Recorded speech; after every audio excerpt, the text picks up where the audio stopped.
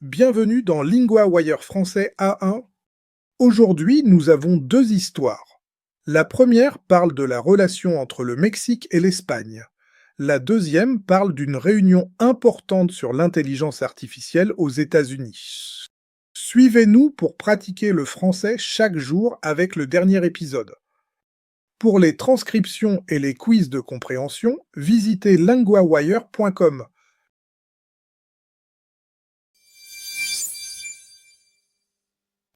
Pour parler de la première histoire, j'accueille Claire, la correspondante de LinguaWire pour les relations internationales. Bonjour Claire, que s'est-il passé entre le Mexique et l'Espagne?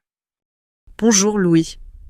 Le président du Mexique, Claudia Sheinbaum, a dit qu'il n'y a pas de crise diplomatique avec l'Espagne.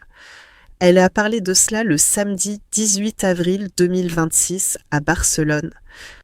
Qu'est-ce qui est nouveau aujourd'hui dans cette histoire? Aujourd'hui, Sheinbaum a dit que la relation entre les deux pays est bonne. C'est la première visite d'un président mexicain en Espagne depuis 8 ans. Pourquoi cette question de la colonisation est-elle importante? Parce que l'Espagne a colonisé le Mexique au XVIe siècle. Cela a causé beaucoup de souffrance aux peuples indigènes. Le Mexique voulait que l'Espagne demande pardon, mais cela n'est pas arrivé. Pourquoi cela compte pour les deux pays aujourd'hui? Parce que les deux pays veulent mieux travailler ensemble. L'Espagne dit que la visite de Sheinbaum est un signe positif. Cela peut aider la paix et la coopération. Que peut-il se passer ensuite dans cette relation? Ils peuvent en faire plus de réunions et de projets ensemble. Peut-être que l'Espagne et le Mexique vont mieux parler de leur histoire difficile. Y a-t-il un détail intéressant dans cette visite? Oui, en 2024, Sheinbaum n'a pas invité le roi d'Espagne à son inauguration. C'était un geste fort. Mais maintenant, la situation change. Est-ce que le Premier ministre espagnol a parlé de cette visite? Non, Pedro Sánchez, le Premier ministre, n'a pas commenté la relation entre les deux pays, mais le ministre de l'économie d'Espagne a dit que la visite est un signe très important et positif. Merci Claire pour ces explications claires.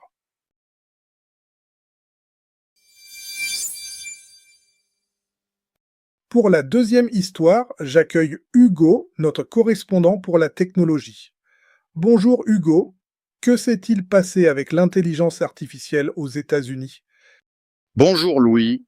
La Maison-Blanche a eu une réunion importante avec la société Anthropic. Cette société fait une intelligence artificielle appelée Mythos.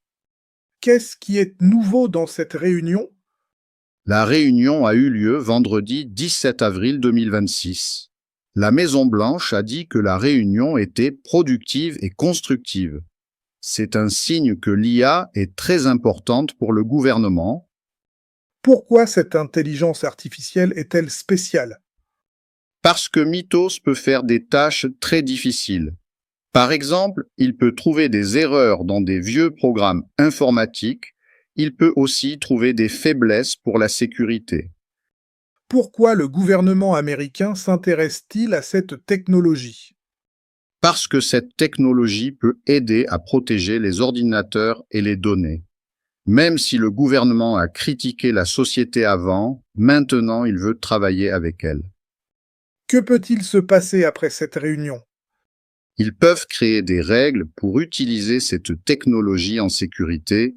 Ils peuvent aussi collaborer pour améliorer la sécurité informatique aux États-Unis. Quel est un détail surprenant dans cette histoire? Anthropic a dit qu'elle a parlé avec beaucoup de responsables du gouvernement américain. Cela montre que le gouvernement veut vraiment comprendre cette technologie. Est-ce que la société Anthropic a commenté la réunion? Non, un représentant d'Anthropic n'a pas donné de commentaires sur la réunion. Merci Hugo pour ces informations intéressantes.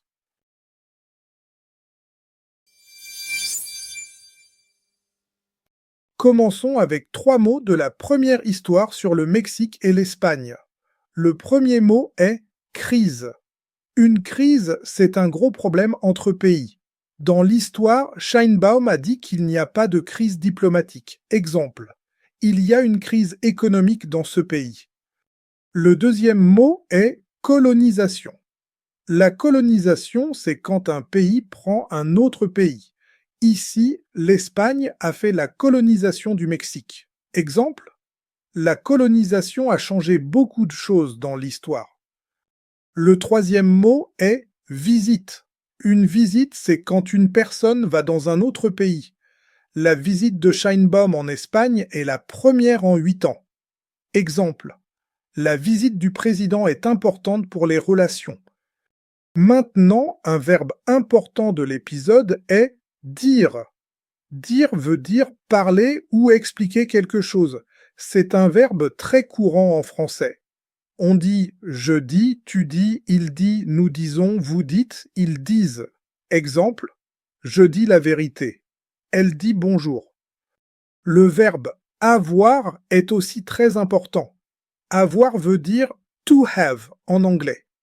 On utilise avoir pour dire que l'on possède quelque chose ou pour parler du temps. Par exemple, j'ai, tu as, il a, nous avons, vous avez, ils ont. Exemple, j'ai un livre, il a une voiture.